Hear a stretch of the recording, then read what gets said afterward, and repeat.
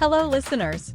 Today, the Unlocking the Energy Trilemma podcast is 1 year old, and we celebrate this first anniversary with a special episode, the number 14th, where Ravi and JAM debate about the geopolitical shift in the energy sector due to Trump's election. They will share the challenges and opportunities of the Trump's energy agenda. Is it a boom or a backfire? Ravi, JAM, over to you. Hello, Ravi. Hello, listeners. We are celebrating today our first anniversary and the first season.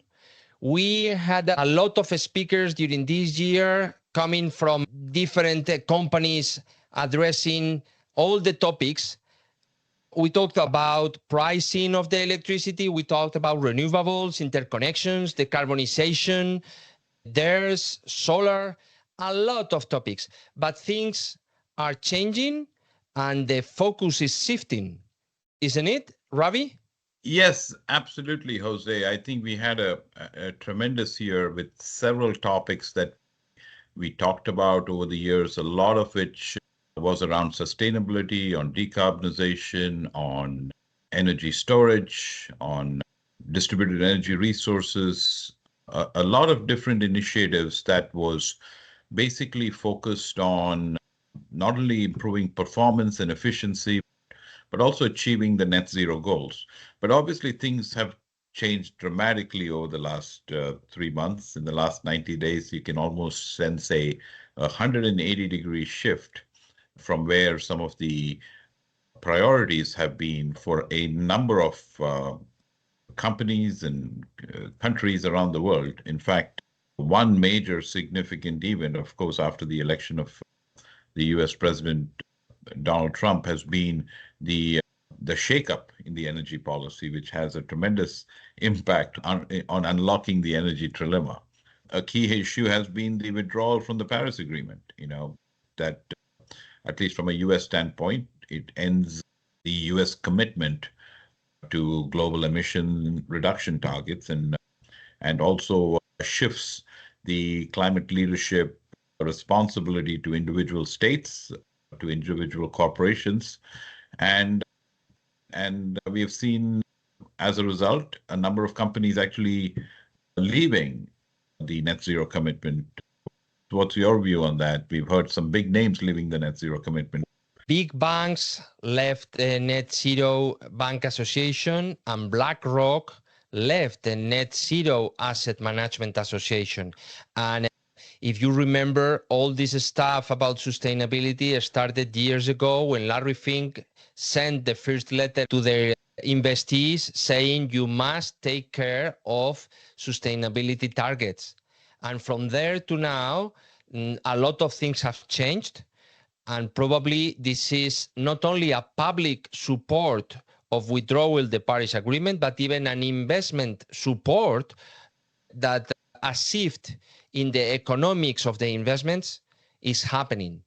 Yeah, absolutely. In fact, if we go back 12 months, a lot of what we focused on and our speakers and our audience had as a top priority was, for example, grid modernization was a big part of the agenda and was a big part of the investments. EVs were making a lot of inroads in many countries around the world and in many markets wherever they were economical, even in spite of the high cost of initial purchase of electrical vehicles. We also saw a lot of interest in CO2 capture and green hydrogen and a lot of projects around the world, not just in Western Europe and the Scandinavian countries, but also in the United States. And obviously a lot of energy storage investment, which to some extent continues to remain a good opportunity. And of course, a lot of ESG initiatives, which I think is now at the crossroads with what we have seen. And we can get into some of the specific plans as it impacts the United States and what kind of a ripple effect it would have on some of the European countries and some of the other markets around the world. But clearly, in my view, what was seen as high priorities seem to have gotten deprioritized. What do you think? What is your impression about that? I think the priority of the investments is now more in the fundamentals, in the typical economics, the figures that support the economy, rather than let's invest here because it appears more sustainable, but probably the business case doesn't make any sense. So I think there is a shift to come back to the basics of the economics, which is, it could be good, definitively. And there is another shift in, you've mentioned the greed and the necessity to increase the greed in many countries. And for example, in the States, the new agreements with nuclear power plants over the counter don't need such great increase of capacity and so on. So probably these over the counter agreements are the new age in big consumption of electricity, data centers, artificial intelligence, and so on. Yes, absolutely. There's a lot of increased acceleration of infrastructure and AI projects, and you can see a lot of behind the meter type applications that involve a combination of perhaps a simple cycle gas turbine plus your renewable to the extent that it is feasible, plus energy storage, plus perhaps access to clean coal technology as well, that could actually serve as a good backup, base form of generation. Projects such as SMRs, they seem to be more, in spite of the high cost, seem to be potentially viable over the long run. Nuclear energy certainly is looking at a more optimistic future. I mean, a lot of the nuclear plants are designed to survive about 80 years, and many of them are just at a 40-year mark at this moment. So they have a good 40 years of potential life out there, which I think under the new shift in policies is expected to be utilized to the fullest extent possible, because they not only provide clean power, but then quite reliable baseload power as well, and could be that impetus that you need to support all this new power demand. Yep. And you've mentioned Europe, and definitively part of the Trump tsunami is coming to Europe. The LNG export approval will mean more gas to Europe, and the new relationship between the US and the OPEC will impact the European countries definitively. In Europe, there is a shift in terms of the former European Green Deal, now to the competitiveness compass is the name of the new plan. And really the name is pretty definitive, because we are talking more about energy efficiency. And renewables, wind and solar mainly, will remain in the mix, but the rest of the options will have to be sustainable from an economic point of view, not only from a, let's say, a green point of view. And the fact that some countries such as Denmark, with the second public bid of offshore wind, has been empty, no bidders, or the change that in Norway the government has fallen because they were insisting in implementing the European directive of interconnectivity of countries, are going to change things in Europe too. Absolutely, absolutely. If you go down and dig deep into some of the Trump energy policy, right? It's still early stages and things could change dramatically. But from what we see, one of the critical elements is the fact that withdrawing from the Paris Agreement certainly removes the pressure on a lot of corporations across the globe, or even across the United States for sure. And there's also a lot of support to roll back electrical vehicles and potentially energy tariffs on Chinese equipment, especially solar panels and lithium-ion battery storage technology. There's also some uncertainty about renewable energy, especially the crackdown on wind energy and offshore wind. This is a lot of permits around offshore wind leasing is going to be in a standstill, and this creates a lot of uncertainty for companies like Ørsted and others who are very much involved in a lot of the offshore wind projects. Another big item is the potential funds from the Inflation Reduction Act and from the IJA, and potential rollbacks of tax credits on clean hydrogen and potentially certain types of carbon capture projects could be impacted as well. So these are, significant areas that would be impacted. And then areas that would see a lot of support would be obviously LNG exports. The pause that was on LNG exports has been lifted, which could potentially mean acceleration of a lot of pending projects. So a lot of the LNG developers in the Gulf Coast, for example, would benefit from that. Potentially a boost in oil and gas production. This could mean a lot of drilling, and this is totally reversing the restrictions from the previous era. As we talked about, a lot of AI data center infrastructure related growth and potentially on-site generation using a combination of technologies that are economical. Potentially a lot of critical minerals would be developed as well, reducing dependence on potentially Chinese batteries and nuclear fuels from certain countries.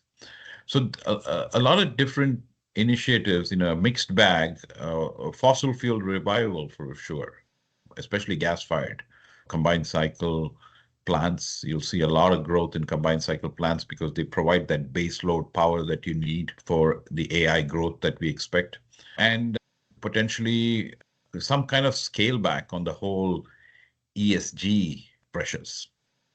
So that could drive a lot of new investments in oil, gas, and potentially some reliable renewable fuels as well. Yeah.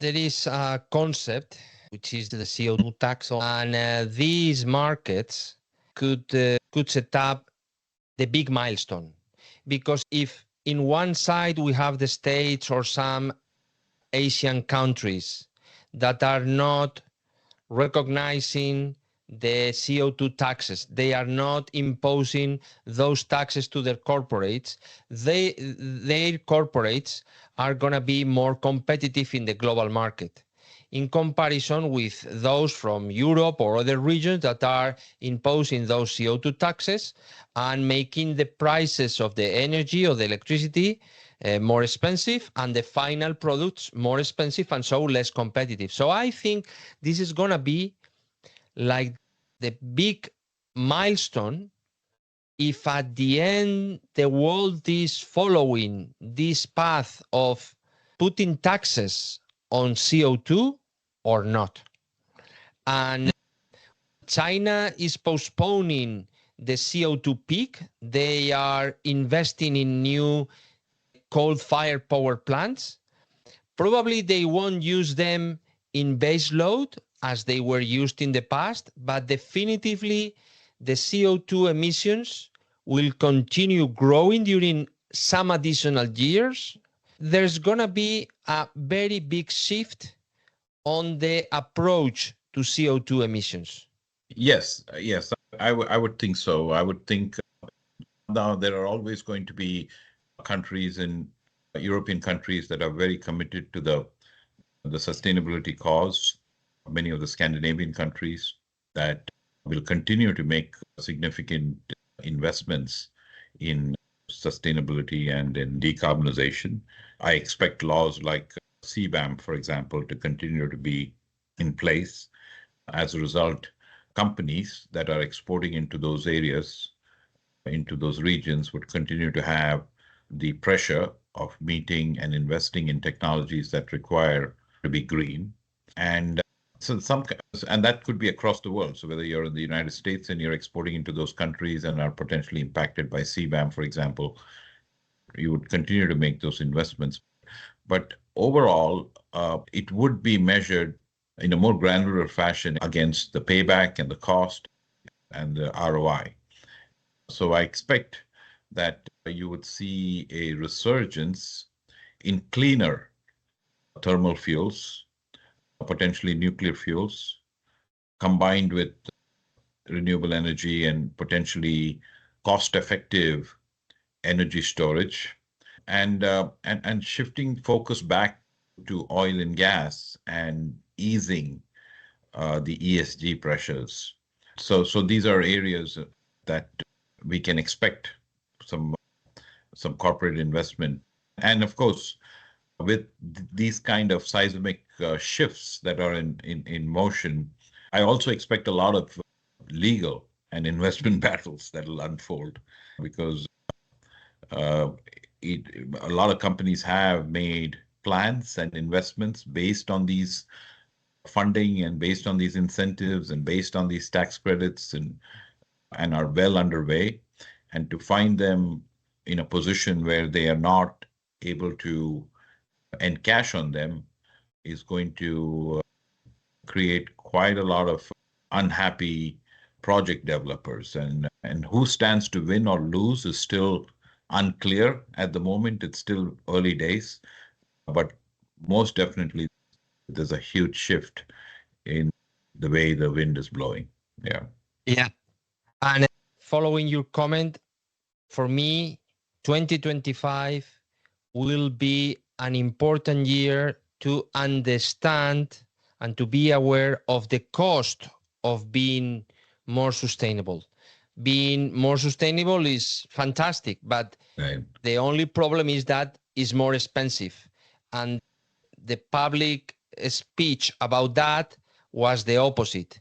Wind and solar are cheaper, but you have to pay twice for all the infrastructure of the total system. So in many cases, the total cost of the energy system to make cheaper some hours of the electricity is higher. And probably 2025 will be the year we'll be aware of this shift and will be able to make decisions on one technology or the other.